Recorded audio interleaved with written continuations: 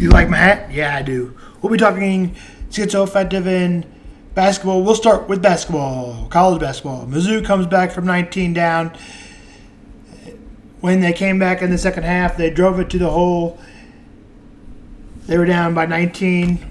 We said they came back by 19 to win 81-76. DeMore Hodge scored 23 and now has the all-time steal record at Missouri. DeAndre Golston had 20. DeMore Hodge had 24. Kobe Brown had just 8 and struggled from the field as he was 2 of 8 from the court. Mizzou wins 81-76. Kentucky loses to Vanderbilt, which opens the door for Missouri to finish third and have a double bye in the SEC tournament. With a win Saturday, they will have a double bye, as we said, and they won't play till Friday in the SEC tournament. If they just beat Ole Miss, which they should do. Mizzou is 10-7 in the SEC. Ole Miss is 3-14. Kansas State wins over Oklahoma 85-69. Noquil Woltman gets 19. It was close for a minute, 25-23. But at the half, finished in the last 2 minutes with a 9-1 run, Kansas State over OU. They never looked back. Senior Day podcast is attached from yesterday. Final score from Kansas State to OU was... Final score Kansas State OU was 85-69. After Kansas beats Texas Tech 67-63 and lost by Texas to TCU 75-73, TCU comes out on top. Again, Kansas has won the Big 12 outright. Schizoaffective disorder, depressive type, is a prognosis of schizoaffective disorder. Depressive type varies depending on the severity of the symptoms. Patients with schizoaffective disorder will have many types of appropriate treatment, and they follow their doctor's instructions, improvement on symptoms, and can be solution. Now, most people need to be on meds with bipolar schizoaffective disorder. If you don't, all the more power to you. But you could have a shaky life. Is schizoaffective disorder the same as psychotic depressions? Schizoaffective disorder is not the same as psychotic depressions. Schizoaffective disorder is a mental illness that includes symptoms of both schizophrenia and depression, or schizophrenia and bipolar, which is what I have. A psychotic depressive type is a symptom that serves a depression with the psychotic symptoms. Helping a loved one with schizoaffective disorder, depressive type. While many people diagnosed with schizoaffective disorder, depressive type can be fully living symptoms of condition. It's challenging for some to succeed in school or work. I have schizoaffective and bipolar type, and yes, it is hard for me to skip school. This is why I have dyslexia, dysgraphia, and ADD. Spatial issues. The topic of school we'll get to another day, but this is why I went to special schools like Horizon and Maplebrook and Options. We'll get more into that one other day. If you're caring who you living with schizophrenia, depressive type, offer support, understanding.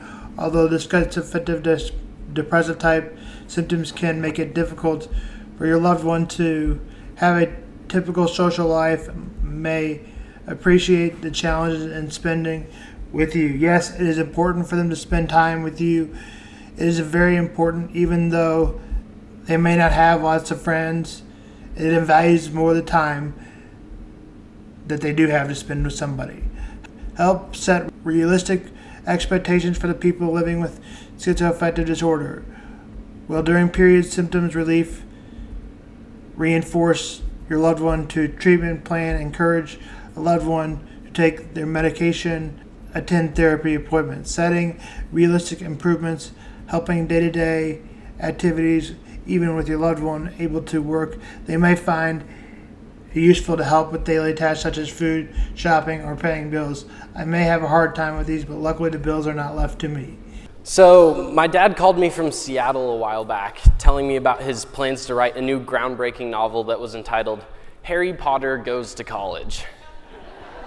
And in this novel, he planned to document the newly ripened wizard and follow his experiences but on an American campus.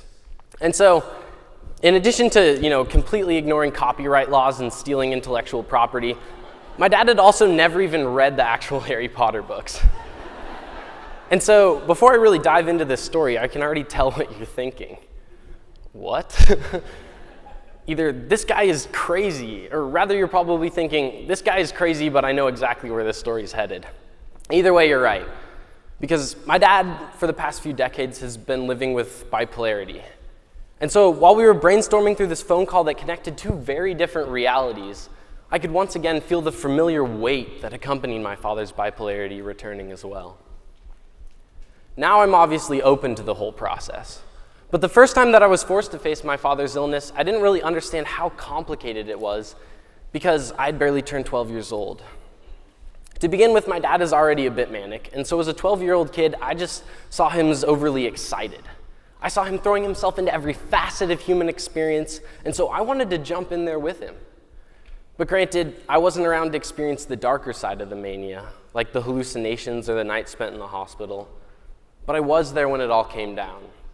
And so I'd just like my experience to echo the many voices that we're going to hear throughout this week by saying that depression is immeasurably crippling. Sure, it's been a while, and so the days are hazy in memory, I'll admit. But I do remember a few details very clearly. I remember coming home to our house that was completely reorganized by my completely unorganized dad, and I remember the night spent with my ear pressed to the floorboards, trying to listen to my father cry softly below me as the fan above me did nothing but stir the summer heat. Hearing your father cry is an act that kids experience all too rarely. And so in my immaturity, I was embarrassed and afraid of so much more than just the fact that my dad was slowly going crazy. I had to confront the vulnerability in a man who had literally and emotionally raised me, but also changed some of my ideas of what I thought it meant to have a mental illness. Now, this change didn't exactly come easy, but I'm so grateful for it, and I've come to learn more about myself and the human condition that I had ever thought possible. And sure, this came through, grief and trauma and all of this confusion. But I'm so grateful for it because when the inevitable call came to extend my father's journey for another bout with mania and depression, those subsequent times I was able to accept my father's condition despite my own vulnerability.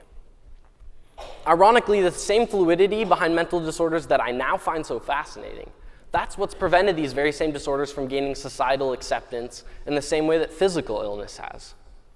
Our society has become so driven around self-improvement that sometimes mental illness gets confused with mental weakness. And we know that this isn't the case, but it's been so ingrained into the fabric of who we are in this country that even if you lived in a perfect world, full of perfect people who fully understood that mental illness is just the same as physical illness, you would still have to convince yourself that you are not weak, that mental illness is perfectly normal, even that you are normal, which can be one of the most difficult things to do. Now, we all understand how damaging misconceptions can be, but that also means that we have a real opportunity to affect change by simply changing the perspectives of others. I could have easily just ignored my father's illness and dismissed it as simple craziness. But what would have been even more naive was to ignore the fact that there were physical reasons behind the physical differences in our realities. These aren't just issues of the mind and its thoughts. They're also issues of the brain and its chemistry. And I may be just a teenager, but I have a very profound understanding for how complicated the brain is. And so I know that when we talk about drugs and neurotransmitters, that's not reductionistic of mental illness at all. And if anything, it just complicates matters. And it certainly doesn't reduce your experience, your emotions and your thoughts to a simple chemical imbalance.